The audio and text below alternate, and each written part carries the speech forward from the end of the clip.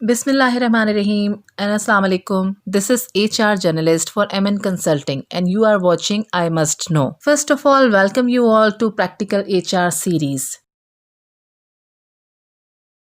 Today we will talk about few points we discussed in our previous session. Why I am not getting hired or why I am not getting right job. In our previous session we mentioned कि एक job seeker के mind में बिला नागा हर रोज ये बात आती है कि क्यों उसको राइट जॉब नहीं मिलती या क्यों उसे जॉब नहीं मिलती, वो आसानी से जॉब हासिल नहीं कर पा रहा। And there are many reasons behind this, और जिसमें से कुछ के बारे में हमने बात भी की, कुछ पॉइंट्स को हमने डिस्कस किया। चलें उन्हीं के बारे में मजीद बात करते हैं। सो फर्स्ट थिंग वाज कि your CV should be very impressive. Impressive CV होता क्या है? इम्प्रेसिव सीवी में वो सारी इंफॉर्मेशन होनी चाहिए, वो सारी डिटेल मौजूद होनी चाहिए जो एम्प्लॉयर देखना चाहता है। आपका सीवी जो है वो आपका एक्सपीरियंस, आपका स्किल सेट, आपकी क्वालिफिकेशन को अच्छे से बयान कर सकता हो ताकि एम्प्लॉयर ये जान सके कि yes this is the CV I am looking for, और आप भी वो कैंडिडेट हो सकते हैं या आप उन कुछ अच्छे कैंडिडेट्स में से हैं जिनको हमें मिलना चाहिए। और आपका सीवी इम्प्रेसिव होगा तो वो जॉब विनिंग भी होगा। पॉसिबिलिटी है, चांसेस बहुत बढ़ जाएंगे कि आपको वो जॉब मिल सके। अगर हम अच्छे से बयान करने की बात करते हैं तो सीवी अच्छे से बयान तभी कर पाता है सारी डिटेल को जब उसके सभी सेक्शंस को बहुत अच्छे से लिखा जाए। जब बात आती है एक्सपीरियंस की, तो एक्सपीरियंस जो है हर ऑर्गेनाइजेशन में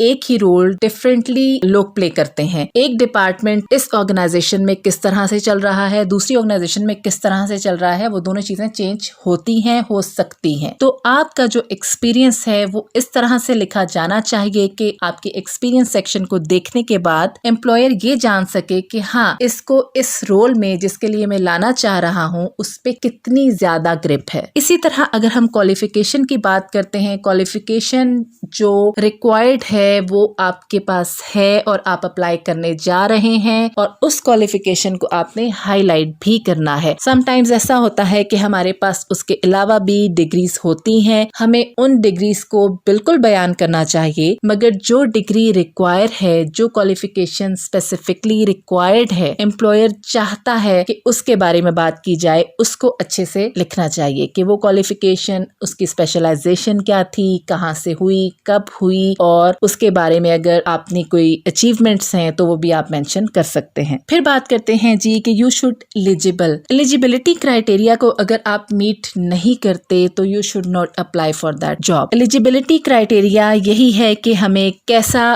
कैंडिडेट जो है चाहिए, हम कैंडिडेट में कौन कौन सी स्किल्स होनी चाहिए, कैंडिडेट की क्वालिफिकेशन क्या हो, उसकी लोकेशन क्या हो, रोल कहाँ पर बेस करता है, और एक्सपीरियंस जो है उसको किस तरह का होना चाहिए। समटाइम्स अगर हम लेबल्स देखें, डेजिग्नेशंस देखें, डेजिग्नेशंस सेम हो सकते हैं, लेकिन एक डिपार्टमेंट के फर्दर सब सेक्शंस होते हैं, फर्दर सब डिपार्टमेंट्स होते हैं। तो आपने ये चीज माइंड में रखनी है कि आपका एक्सपीरियंस जो है वो अगर मैच करता है आपकी क्वालिफिकेशन, हाँ आपने मास्टर्स किया है, मास्टर्स जो है वो फॉर एग्जाम्पल अगर IT जॉब की बात हो रही है उसमें है तो बहुत अच्छी बात है, लेकिन फर्दर अगर उनको उसकी कोई IT की किसी एक फील्ड में कोई बहुत ज्यादा टेक्निकल रिक्वायरमेंट है, तो अगर उस पे आपकी ग्रिप नहीं है, उस पे आपकी क्वालिफिकेशन, एक्सपीरियंस, स्किल सेट आपके पास मौजूद नहीं है उससे रेलिवेंट, तो आपको वो जॉब अप्लाई नहीं करनी चाहिए। फिर हमने बात की you should approach employer via right recruitment channels. तो राइट रिक्रूटमेंट चैनल्स कौन से हैं? फॉर एग्जाम्पल आपकी रिक्वायरमेंट जो है किसी ऐसे एम्प्लॉयर के पास हो सकती है, या आप जो जॉब कर रहे हैं या जो जॉब आप देखने जा रहे हैं वो मार्केट में बहुत लिमिटेड है, और जिस एम्प्लॉयर के पास है वो सभी रिक्रूटमेंट चैनल्स को यूज नहीं करता।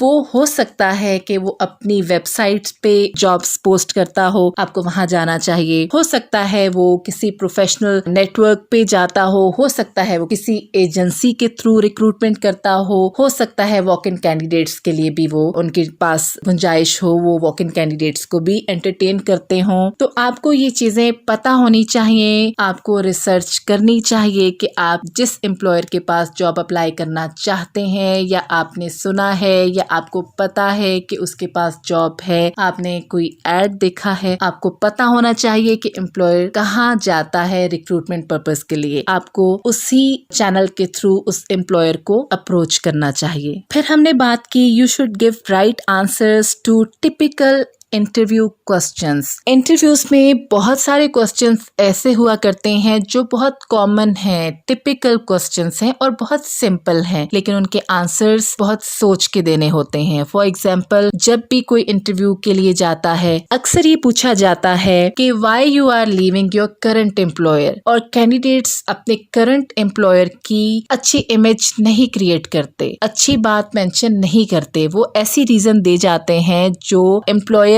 के माइंड में खुद से एक क्वेश्चन मार्क छोड़ देते हैं। लाइक अगर एम्प्लॉयर ये क्वेश्चन करता है तो उसके पीछे वो आपकी बिहेवियरल टेस्टिंग भी कर रहा है, वो आपकी पर्सनालिटी को भी देख रहा है कि आपकी पर्सनालिटी क्या है। क्योंकि ऑर्गेनाइजेशंस में जब हम काम कर रहे होते हैं कंपटीशन भी होता है, समटाइम्स कुछ रोल्स ऐसे होते हैं जहाँ पर वर्कलोड बहुत ज्यादा होता है, समटाइम्स हमें ऐसा लगता है या हम खुद किसी ऐसे लेवल पर हैं कि जहाँ पर बर्डन भी है, डांट डपट भी है और बड़ा मुश्किल किस्म का एनवायरनमेंट है, काम करना बहुत मुश्किल है। बट इसका हरगिज ये मतलब नहीं कि आप अपने एम्प्लॉयर की नेगेटिव इमेज जो है वो बाहर जाकर क्रिएट करें। तो ये कुछ क्वेश्चंस हैं, इसी तरह के बहुत सारे क्वेश्चंस हैं। फॉर एग्जांपल, आपसे ये पूछा जा सकता है कि आपकी वीकनेसेस बताइए। वीकनेसेस का मतलब हरगिज ये नहीं है कि आप बिल्कुल उस क्वेश्चन को पर्सनल ले लें और अपनी नेगेटिव चीजों को बताना शुरू कर दें। वीकनेसेस की जब बात होती है तो वो यही होती है कि वर्किंग एनवायरनमेंट में वो कौन सी चीजें हैं जिनकी वजह से आपका काम डिस्टर्ब हो सकता है, उसको आपने रिलेट करना है, अपनी प्रोफेशनल लाइफ के हिसाब से बात करनी है। आपको वीकनेस अगर बयान करनी है तो वो वीकनेस इस तरह बिल्कुल नहीं हो मैं बहुत लेजी हूँ। बहुत लेजी हूँ तो बहुत नेगेटिव चीज है, जिससे यही एम्प्लॉयर के पास आप इमेज क्रिएट कर रहे हैं कि अगर आप मुझे रखते हैं तो मैं शायद टाइम मैनेजमेंट मेरी अच्छी नहीं है, शायद मैं आपको ड्यूटी टाइमिंग्स जो है उनको अच्छे से फॉलो नहीं कर पाऊंगा, मैं लेट रहूंगा हर असाइनमेंट को करने में। ये इम्पैक्ट जो है, ये इमेज जो है आप दे रहे हैं, क्रिएट कर रहे हैं अपने बारे में एम्प्लॉयर के माइंड में। तो ऐसा बिल्कुल नहीं है कि आप उसको बिल्कुल पर्सनल लेकर जाएं और आप उस बारे में नेगेटिव चीज बताएं। आपको वीकनेसेस बहुत सोच कर बतानी है। फॉर एग्जाम्पल, कुछ लोग जो हैं वो क्रिटिसिज्म को इतने अच्छे से हैंडल नहीं कर पाते। आपको ये बताना चाहिए कि क्रिटिसिज्म को हैंडल करना मेरे लिए मुश्किल है, तो उस टाइम मैं बहुत ज्यादा उस चीज को अपने ऊपर हावी कर लेता हूँ और तब मेरे पास बहुत मुश्किल हो जाता है कि मैंने एक तरफ अपने काम को भी करना है, मैं उस काम को भी सोचने लग जाता हूँ। तब मेरे पास टास्क जो हैं उनको करने के लिए मुझे लगता है कि मुझे बहुत स्पीड पकड़नी पड़ती है, तो उसको मैं समझता हूँ कि मेरी वो वीकनेस है। इस तरह से आपको कुछ वीकनेसेस बयान करनी चाहिए। कुछ लोग ऐसा भी कह सकते हैं मेरी इमोशनल अटैचमेंट हो जाती है मेरी वर्क प्लेस से, मेरी टीम से, और तब मैं कभी कभार मुझे लगता है कि वो इतनी अच्छी चीज नहीं है। क्यों? क्योंकि मैं फिर अपने काम को मुझे लगता है थोड़ा सा इग्नोर करने वाली स्टेज पे पहुंच जाता हूँ। और टीम वर्क तो मैं बहुत अच्छे से करता हूँ, बट ये है कि जब मैं ऐसा करने जा रहा होता हूँ, मैं ऐसा करता हूँ, दूसरों के बारे में सोचता हूँ, तो मेरा अपना काम मुझे लगता है मैं डिले कर सकता हूँ। मैं करता नहीं हूँ, मैं बहुत अच्छा हूँ अपने काम को लेकर, बट मुझे लगता है कि कहीं ना कहीं ये रिस्क जो है मुझे फील होता है। तो मेरी ये बहुत बड़ी वीकनेस है। आपको अपनी वीकनेसेस इस तरह से बतानी चाहिए कि जो आपकी वीकनेसेस भी हैं और कहीं ना कहीं आपकी स्ट्रेंथ्स भी हैं। उसके अलावा एक बहुत ही आम सा सवाल है कि when you are able to join अस,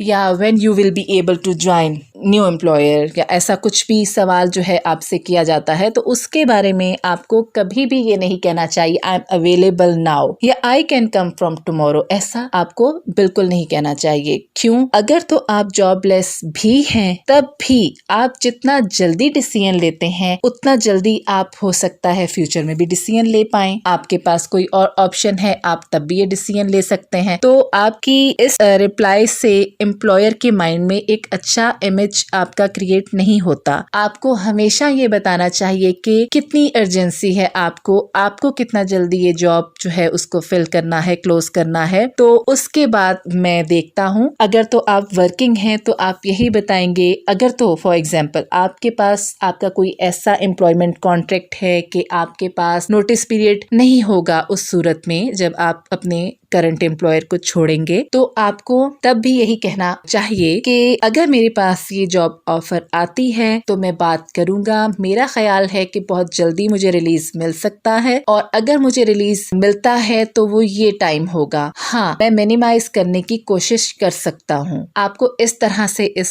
सवाल का जवाब देना चाहिए। फिर हमने बात की you should describe yourself very well. तो उसमें डिस्क्राइब करना, जब भी आप इंटरव्यू में अपेयर होते हैं आपसे पूछा जाता है कि आप अपने बारे में बात कीजिए। Describe yourself, let us know about your overall profile. हमसे शेयर करें, आप अपने बारे में बताइए। और उस टाइम एम्प्लॉयर्स को ये बताना कि आपका नाम क्या है, आप कहाँ रहते हैं, आपके पास क्या डिग्री है, आपकी क्या अचीवमेंट्स हैं। अगर तो अचीवमेंट सेक्शन में आपने चीजें मेंशन की हैं सीवी में तब, और आपका कितना एक्सपीरियंस है, ये सभी बातें एम्प्लॉयर सुनना नहीं चाहता because he already has your profile and he knows all these things about you before this interview. आपको करना क्या है, आपको इस तरह से बताना है। You should know that you are actually marketing your services. आप अपनी सर्विसेज लेकर गए हैं और वो ऑफर करने जा रहे हैं किसी एम्प्लॉयर के पास। आप मार्केटिंग कर रहे हैं अपनी सर्विसेज की। आपको ये बताना चाहिए कि किस तरह you are different from other candidates, और उसका तरीका यही है कि आप उसको यही बताएंगे मेरा इतना एक्सपीरियंस है, मैंने इन इन चीजों पर काम किया है और मेरी इन इन चीजों पर बहुत स्ट्रांग ग्रिप है और मेरी बहुत अचीवमेंट्स रह चुकी हैं इन इन चीजों को लेकर, और अभी जो रोल है मैं समझता हूँ इसके लिए मैं बहुत बेस्ट सूटेबल कैंडिडेट हो सकता हूँ, और अगर मैं यहाँ पर आता हूँ तो it will be a very well deserved selection. आपको इस तरह से बात करनी चाहिए, ना कि आपको ये बताना चाहिए कि I am based in this city और मेरी ये क्वालिफिकेशन है। ये सब बातें एम्प्लॉयर को ऑलरेडी मालूम है। एम्प्लॉयर के पास बहुत लिमिटेड टाइम है, हमें उस टाइम को अच्छे से यूटिलाइज करना है, हमें उस टाइम में अच्छे से अपने आप को बताना है। क्योंकि जब आप इंटरव्यू में अपेयर होते हैं तो you are actually telling that employer कि why you are different and what are the features. आप एक अपने आप को सर्विस कंसिडर करें और आपके क्या फीचर्स हैं, आप क्या कर सकते हैं और किस तरह से अगर आप ये काम करते हैं तो आप उनको किस कदर फायदा दे सकते हैं। उनको ये चीजें सुननी है, ना कि उनको ये सुनना है जो ऑलरेडी आपके सीवी में देखा और आपको शॉर्टलिस्ट किया और आपको कॉल किया। फिर हमने बात की you should present yourself in a right way while you are giving interview. तो presenting yourself in a right way means कि आपको इंटरव्यू में जाते वक्त किस तरह से खुद को प्रेजेंट करना है, आपकी ड्रेसिंग कैसी होनी चाहिए, आपको किस तरह से सवालों के जवाब देने चाहिए, आपका ओवरऑल बिहेवियर क्या होना चाहिए। तो सबसे पहले बात करते हैं ड्रेसिंग की। Your dressing should be formal या बहुत ज्यादा सेमी फॉर्मल होनी चाहिए। आपकी बॉडी लैंग्वेज बिल्कुल कैजुअल नहीं होनी चाहिए। आपकी बॉडी लैंग्वेज ऐसी हो कि एम्प्लॉयर आपकी बात सुनना चाहे, आपका पूरा इंटरव्यू बहुत अच्छे से सुने, और एनोइंग आपकी टोन नहीं होनी चाहिए। आपका ओवरऑल बॉडी लैंग्वेज जो है वो ऐसा नहीं हो कि एम्प्लॉयर को ऐसा लगे कि हाँ ये बंदा मैच्योर नहीं है, प्रोफेशनली इतना ग्रूम्ड नहीं है, इसको बात नहीं करनी आती, इसको सवाल समझ नहीं आता, सवाल के जवाब में किस तरह से उसके एक्सप्रेशंस जो हैं वो अच्छे नहीं है। फॉर एग्जांपल कभी कभार ऐसा होता है कि आप किसी पैनल में इंटरव्यू देने गए हैं और आप सभी जो इंटरव्यूअर्स हैं, जो पूरा पैनल है वो फीमेल है, और आप किसी छोटी पोस्ट के लिए इंटरव्यू करने जा रहे हैं। आप किसी मेल कैंडिडेट से मिल रहे हैं, मेल कैंडिडेट से आप क्वेश्चन करते हैं और वो घबरा जाता है। और यही चीज इसका अगर हम ऑपोजिट इसकी सिचुएशन इमेजिन करें कि हम किसी पैनल को इंटरव्यू देने जा रहे हैं, सभी इंटरव्यूअर्स जो हैं, पूरा पैनल जो है वो मेल है और फीमेल कैंडिडेट हमारे सामने है, जो पैनलिस्ट्स हैं उनके सामने है और वो घबरा जाती है, उससे सवाल किए जाते हैं, उसको ओपनिंग क्वेश्चंस हैं, वो घबरा जाती है। हो सकता है वो उसका जवाब रूडली दे दे, या हो सकता है वो उन रिप्लाईज का इतना टाइम रखे जितना नहीं होना चाहिए था, अच्छे से जवाब नहीं दे सके, तो वो भी इम्पैक्ट बहुत बुरा पड़ता है। तो टोन का ख्याल रखना, ड्रेसिंग का ख्याल रखना, ओवरऑल बिहेवियर, ये सभी चीजें, हाँ, और वक्त पर पहुंचना और सीवी आपको साथ लेकर जाना चाहिए, नहीं जाना चाहिए, ये सभी चीजें जो हैं इनके बारे में सोच कर जाना, अच्छे से तैयारी कर कर जाना, ये होता है इंटरव्यू में अच्छे से खुद को प्रेजेंट करना। हाँ, समटाइम्स ऐसा होता है लोग अपनी सीवी कॉपी लेकर जा रहे होते हैं, एम्प्लॉयर को वो नहीं चाहिए, एम्प्लॉयर के पास आपका सीवी ऑलरेडी है, बट ये पार्ट है, आप जब अपने आप को प्रेजेंट करने जा रहे हैं, आपके पास आपके डॉक्यूमेंट्स, आपकी सपोर्टिंग डिटेल्स जो सीवी को सपोर्ट करेंगी, वो सभी आपके पास होनी चाहिए। आपके सीवी की अपडेटेड कॉपी आपके पास होनी चाहिए। समटाइम्स रिक्रूटर के थ्रू आप अप्लाई किया होता है बहुत पहले और आपको कॉल जो है काफी बाद में आई होती है। आप जब जाते हैं, आपका सीवी का वर्जन जो है वो ओल्ड वर्जन है, तो अपडेटेड सीवी आप खुद प्रेजेंट करें इंटरव्यू में। बाकी जो हमने बात की ड्रेसिंग की, तो ड्रेसिंग पर हम एक अलग से एक सेशन रखेंगे। अभी तक के लिए इतना ही। इंशाल्लाह we will come back with further detail regarding these points, and yes, we will come back with more informative topics. Till then, take care and Allah Hafiz.